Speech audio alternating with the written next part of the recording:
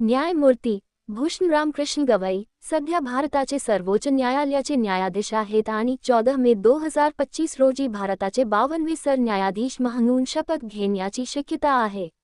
न्या भूषण रामकृष्ण गवई वर्तमान में भारत के सर्वोच्च न्यायालय के वरिष्ठ न्यायाधीश हैं और संभावना है कि वे 14 मई 2025 को भारत के 52वें मुख्य न्यायाधीश सीजेआई के रूप में शपथ लेंगे। उनकी नियुक्ति की सिफारिश वर्तमान मुख्य न्यायाधीश न्या संजीव खन्ना ने केंद्रीय कानून मंत्रालय को की है, जो 13 मई 2025 को सेवानिवृत्त होंगे। राष्ट्रपति द्रौपदी मुर्मू द्वारा न्या गवई को शपथ दिलाई जाएगी। उनका मुख्य न्यायाधीश के रूप में कार्यकाल 14 मई 2025 से 23 नवंबर 2025 तक होगा, क्योंकि वे 65 वर्ष की आयु में सेवानिवृत्त होंगे।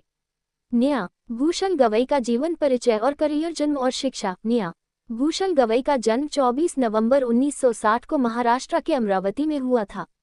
उन्होंने अमरावती से प्रारंभिक शिक्षा प्राप्त की और मुंबई से कानून की डिग्री हासिल की। वे भारतीय रिपब्लिकन पार्टी आरपीआई के नेता, पूर्व विधायक, सांसद और बिहार, सिक्किम तथा केरल के पूर्व राज्यपाल आर.एस. गवई और कमलाताई गवई के पुत्र हैं। वकालत करियर। उन्होंने 16 मार्च 1985 को वकालत शुरू की और बॉम्बे हाई कोर्ट में स्वतंत्र प्रैक्टिस शुरू की। 1987 में उन्होंने पूर्व महाधिवक्ता और हाई कोर्ट के न्यायाधीश स्व. राजा एस. भोसले के साथ काम किया, जहां उन्होंने संवैधानिक और प्रशासनिक कानून में विशेषज्ञता हासिल की। उन्होंने नागपुर और अमरावती नगर निगम, अमरावती विश्वविद्यालय और शिकॉम, डीसीवीएल जैसी सरकारी संस्थाओं का प्रतिनिधित्व किया। अगस्त 1992 से जुलाई 1993 तक वे बॉम्बे हाई कोर्ट के नागपुर खंडपीठ में सहायक सरकारी वकील और अतिरिक्त सरकारी अभियोजक रहे। जनवरी 2000 में उन्हें सरकारी वकील नियुक्त किया गया।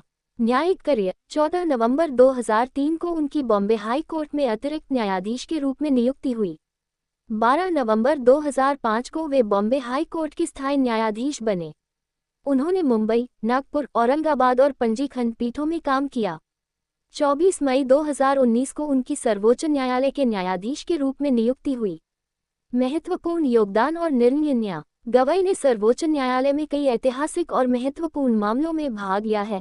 अनुच्छेद 370 दिसंबर 2023 में उन्होंने 5 न्यायाधीशों की पीठ में भाग लिया, जिसने जम्मू कश्मीर को विशेष दर्जा देने वाले अनुच्छेद 370 को रद्द करने के केंद्र सरकार के 2019 के फैसले को सर्वसम्मति से बरकरार रखा।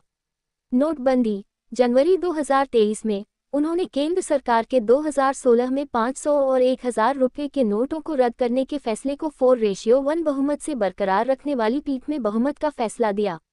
इलेक्टोरल बॉन्ड योजना। उन्होंने 5 न्याय